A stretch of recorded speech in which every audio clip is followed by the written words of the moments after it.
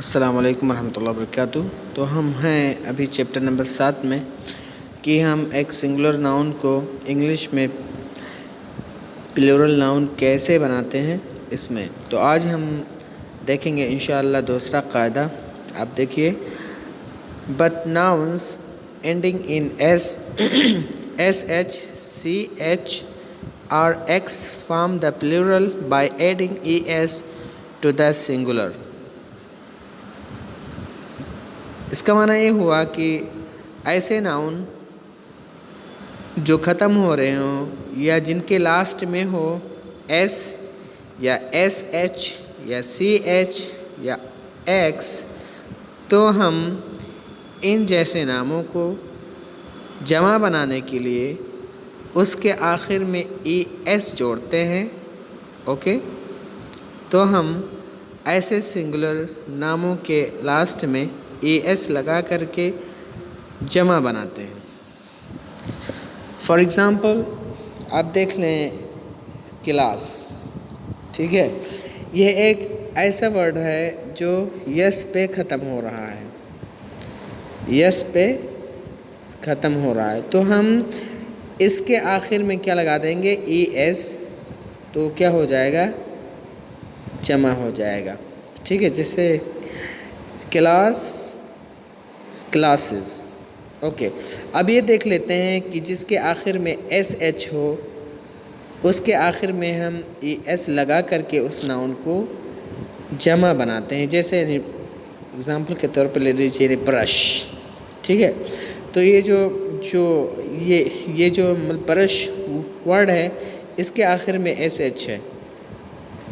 अब इस नाउन को हम जमा बनाना चाहते हैं, इस सिंगुलर नाउन को हम प्लूरल नाउन बनाना चाहते हैं, तो इसके आखिर में हम ई एस लगाएंगे, ई एस, तो क्या हो गया, ब्रशेस, ब्रश, ब्रशेस। अब आइए हम ऐसे नाउन को देखें जिसके आखिर में सी एच है, तो हम उस नाउन के आखिर में भी ई एस जोड़ करके उसको जमा बनाएंगे। अब यहाँ देख लीजिए मैच, तो मैच एक ऐसा वर्ड है जिसके आखिर में सी एच है, तो इस वर्ड के आखिर में भी हम ई एस लगा करके उसका जमा बनाएंगे, मैचेस।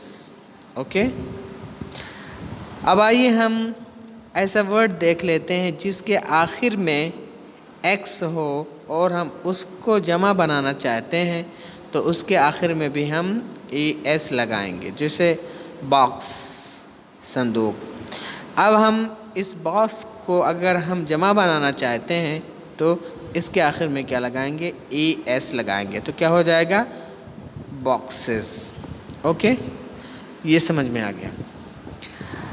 अब तीसरे कायदे पे हम चलते हैं। Most nouns ending in O also form the plural by adding E S to the singular. और तीसरा कायदा ये है कि अक्सर नाउन अस्मा जो ओ में ख़त्म होते हैं, जिनके लास्ट में ओ होता है, उनके आखिर में भी हम ई एस लगा करके उसका जमा बनाते हैं। जैसे एग्ज़ाम्पल के तौर पे आप ले लीजिए मैंगो, तो उसके आखिर में हम क्या लगाएंगे, इस नाउन के आखिर में क्या है, ओ है, तो हम इसके आखिर में ई एस लगाएंगे, तो क्या बन जाएगा, मैंगोज़। तो एक ऐसा नाउन जिसके आखिर में ओ हो उसको जमा बनाने के लिए भी हम ई एस का इस्तेमाल करते हैं। जैसे mango, mangoes, cargo, cargoes, hero, heroes वगैरह। ओके, अब चौथा कायदा हम देखते हैं। A few nouns ending in O merely add s।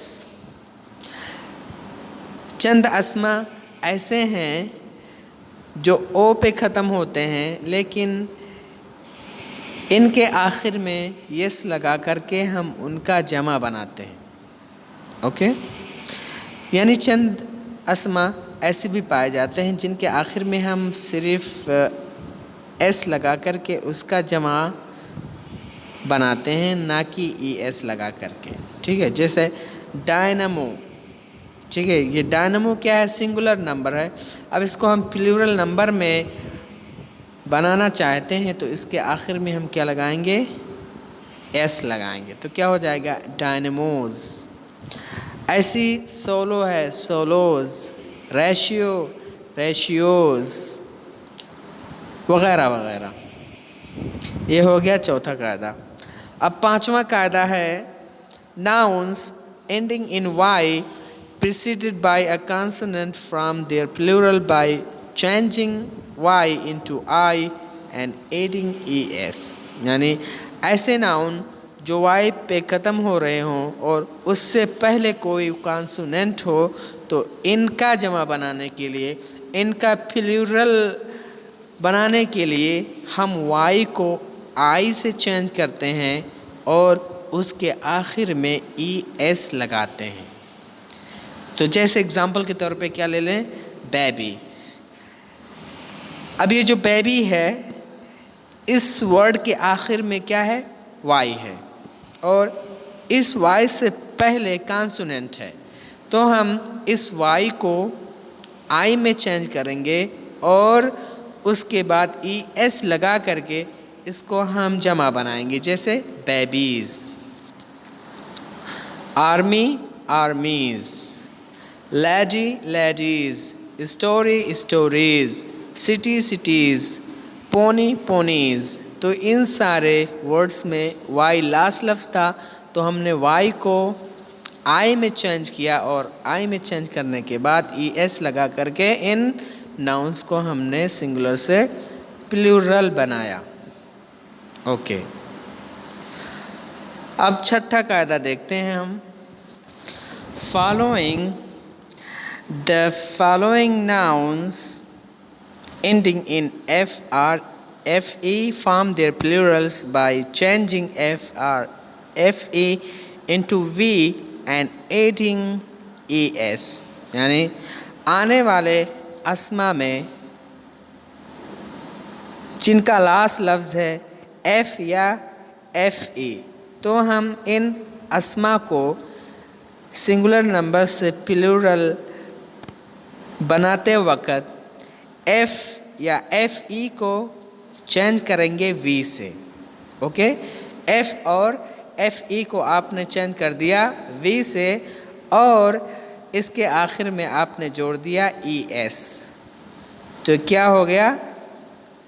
वो जमा हो जाएगा वो कलमा। एग्ज़ाम्पल के तौर पे हम सीफ ले लेते हैं। सीफ, सीफ ये जो वर्ड है ये ख़त्म हो रहा है F पे। ठीक है, इस वर्ड का जो लास्ट हर्फ है वो क्या है? जो लास्ट लेटर है वो F है, तो हम इस F को चेंज करेंगे V में और V के बाद हम ES लगा करके इस सिंगुलर नाउन को प्लूरल नाउन में कर देंगे, जैसे thief, thieves। वाइफ, अब वाइफ में लास्ट कलिमा जो है क्या है? FE है।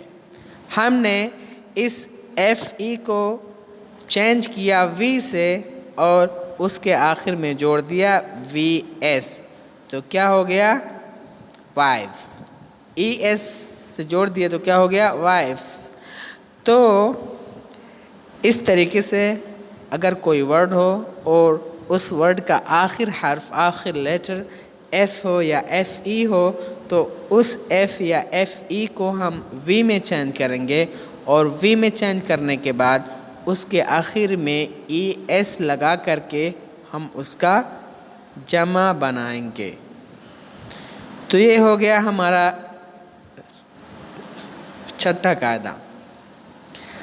अब आइए हम इसमें एक पॉइंट की बात है कि the nouns dwarf, hof, scarf and wharf take either S or VES in the plural। यानी ये dwarf, hof, scarf and wharf एक ऐसे वर्ड हैं, ऐसे कलिमात हैं जिनका जमा हम यस लगा करके भी बना सकते हैं और VES लगा करके भी बना सकते हैं, जैसा कि यहाँ पर नीचे आप लोगों को दिखाया गया है इस किताब में। जैसे ड्वार्फ ओके।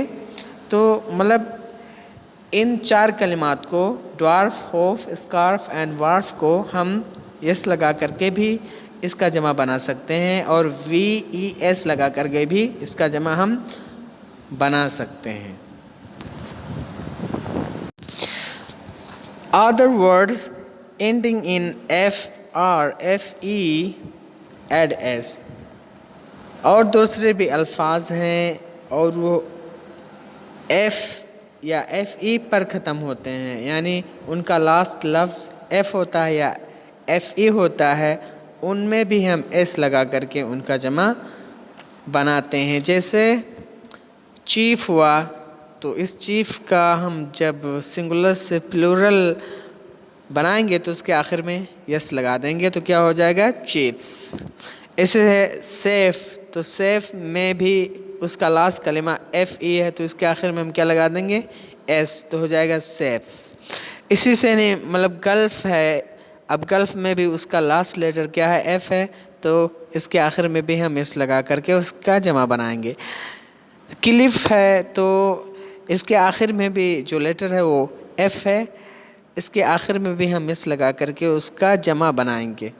इसी तरह से रूफ़ है, तो रूफ़ में भी उसका लास्ट लेटर क्या F है, उसके आखिर में S लगा करके हम उसको सिंगुलर से प्लूरल बनाएंगे। इसी तरह से हैंडकरचीफ है, हैंडकरचीफ में भी जो लास्ट कलिमा है उसका वो F है, उसके आखिर में हम यस लगा करके उसको जमा बनाएंगे। इस तरीके से हो जाएगा हमारा हैंडकरचीफ्स। ओके, फिर मिलेंगे इंशाल्लाह नेक्स्ट वीडियो में। थैंक्स। अस्सलाम वालेकुम।